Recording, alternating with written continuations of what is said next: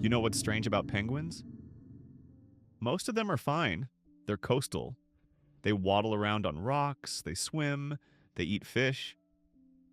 Pretty straightforward. And then there's this one that decided the middle of Antarctica was workable. Not the edge, not somewhere with open water most of the year. The part where it's dark for months and the wind doesn't stop and the temperature sits at -40, -50. That part. Emperor penguins. Aptenodytes forsteri. And they don't just survive there, they breed there. In winter. Which is, that's the part that doesn't make sense at first. You'd think if you had to deal with Antarctica, you'd time it better. Wait for summer. Most animals do. They don't. They walk inland, sometimes 100 kilometers, across ice, to places where there's no food, no shelter, just flat white in every direction, and then they stand there. For months. Breeding in winter sounds like a miscalculation. It's not. The chick needs time. A lot of time. If they started in summer, the chick wouldn't be ready before the next winter hit. So they start early. Really early. The timing works, but only barely. Here's what happens. Female lays 1 egg. That's it. 1. She's been fasting the whole walk inland, and now she's done everything she can. So she leaves. She walks back to the ocean. Could be 2 weeks, could be longer, and the male is left holding this egg. Literally holding it. On his feet. There's this fold of skin, this brood pouch, and the egg sits on top of his feet, tucked under it. If it touches the ice for more than a few seconds, it's over. You'd think at some point he'd need to move. He does.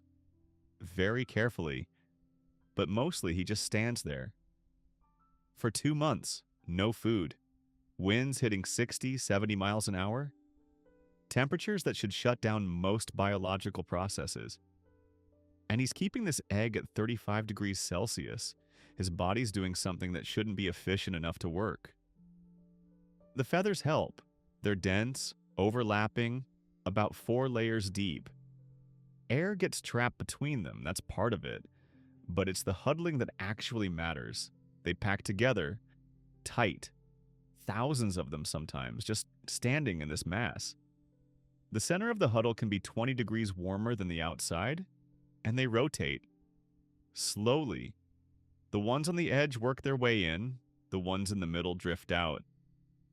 No one stays on the outside too long. It's not coordinated. There's no system. It's just no one wants to freeze, so they push in, and the whole thing shifts. And it works. The thing is, their metabolism drops. Not dramatically, but enough. They're burning fat slowly, and the rate they're burning it, it's just slow enough that they don't run out before the chick hatches. Most birds would hit a point where the body starts breaking down muscle. That happens here too, but later. Much later than it should.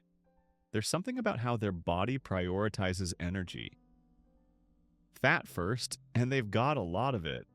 Then muscle, but only when there's no other option.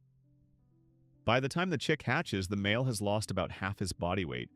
He hasn't eaten in 100 days, maybe more. The female comes back right around when the chick breaks out. Usually.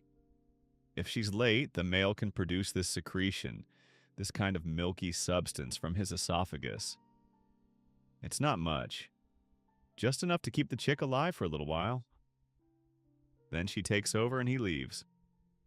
Now he's the one walking back to the ocean. He's emaciated. He needs to eat. And this is where you'd expect the whole thing to fall apart. Because the chick is fragile. Really fragile. It's got this gray down, it's small, and it can't regulate its own temperature yet. It stays on the parent's feet, tucked under that same pouch. If it falls off, if it gets separated, yeah, it dies pretty fast. The parents trade off. One stays, one feeds. Back and forth. The walk gets a little shorter as the ice breaks up, but it's still weeks between shifts sometimes. And the chick just waits. They're loud, by the way. The chicks, they call constantly, the parents call back. And here's the thing about that. There are thousands of birds, all calling, all the time. It's just noise, basically. Should be impossible to pick anything out, but when a parent comes back, they call. And their chick responds. And somehow, in all of that, they find each other. The call has this structure to it. It's not random. There's a pattern, and it's specific to each bird. You could almost think of it like a signature. The chick recognizes its parent's call. The parent recognizes the chick's. That's how it works. You'd think there'd be mistakes. Wrong chick, wrong parent. Doesn't really happen. The call is distinct enough that it just works, even when there are hundreds of other chicks calling at the same time. Even when the wind is tearing through. The parent walks through the colony, calling, and the chick calls back, and they meet. It's not magic. It's just that the voice is specific enough to cut through everything else. If that didn't work, the whole thing would collapse. Wrong parent feeds wrong chick. Real chick starves. But it doesn't happen. By summer, the chick is big enough to be on its own. Still has the down, can't swim yet. But it's not going to freeze. The adults are back and forth constantly now, bringing food.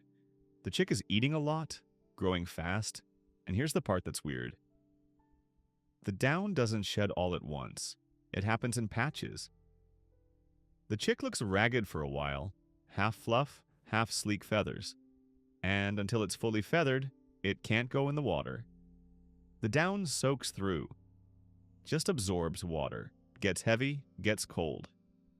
Completely useless in the ocean. The adult feathers, though?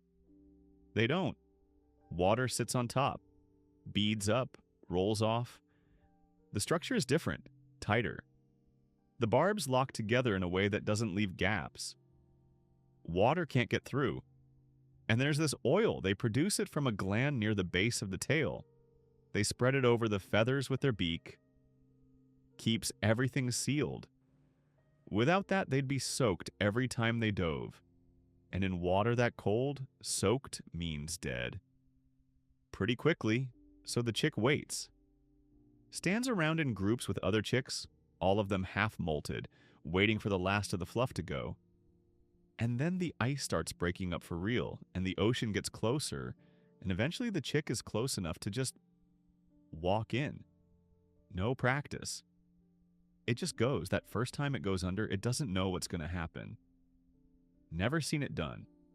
But the body knows somehow. The flippers open up. They work like wings in the water. First dive isn't deep. Stays close to the surface. But it works. It doesn't need to learn that it should hold its breath. It just does. They're good swimmers. Really good. They dive deeper than almost any bird. 500 meters, sometimes more. They can stay under for 20 minutes. Their bones are solid, not hollow like most birds. That helps with the diving. More weight, less buoyancy. I said the bones are solid. They add weight. But there's something else. They're less fragile. Hollow bones, under pressure, they crack. At 500 meters, the pressure is intense. The bones hold up to it. Better than they should? You'd think that would make them slow on land. It does. They're not fast. Waddling works, but it's not efficient. In water, though, it's different. The weight doesn't matter the same way. Their hemoglobin holds onto oxygen differently, too. Keeps it available longer. Muscles work the same way. They store oxygen in a way that lets them stay down when most things would have to surface.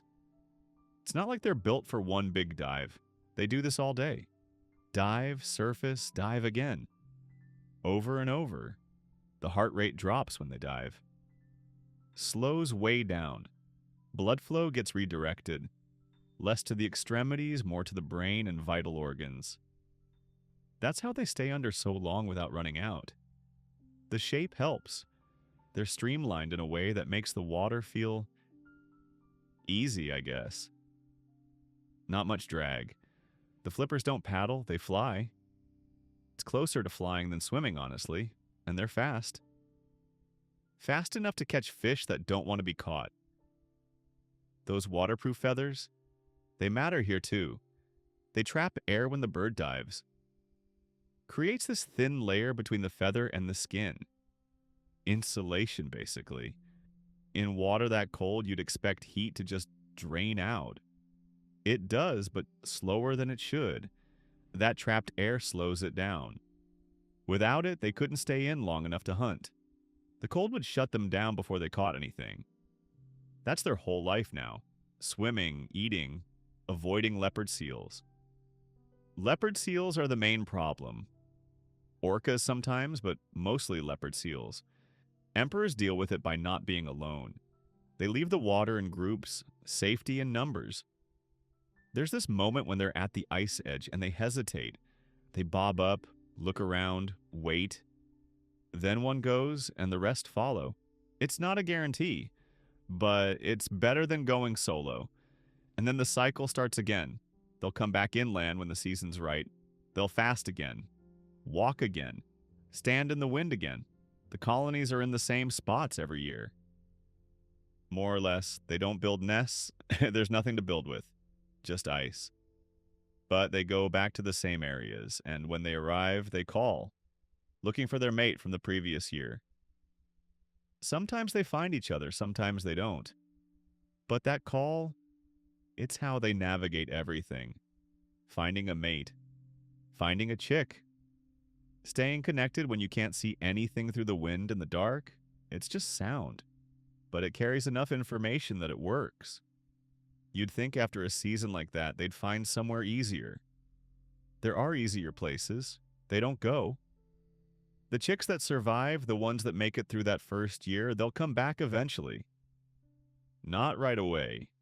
Takes a few years before they're ready to breed, but they come back to the same kind of place, the same flat ice, the same winter conditions, and they'll do the whole thing again. Except for the nihilist ones, they opt out. They don't come back to the same ice. Not because they can't, because they don't see the point. Same walk, same hunger, same wind, same narrow margin for error. The system works, yes, but working isn't the same as meaning. So they drift. No colony, no return, not rebellion. Just disengagement.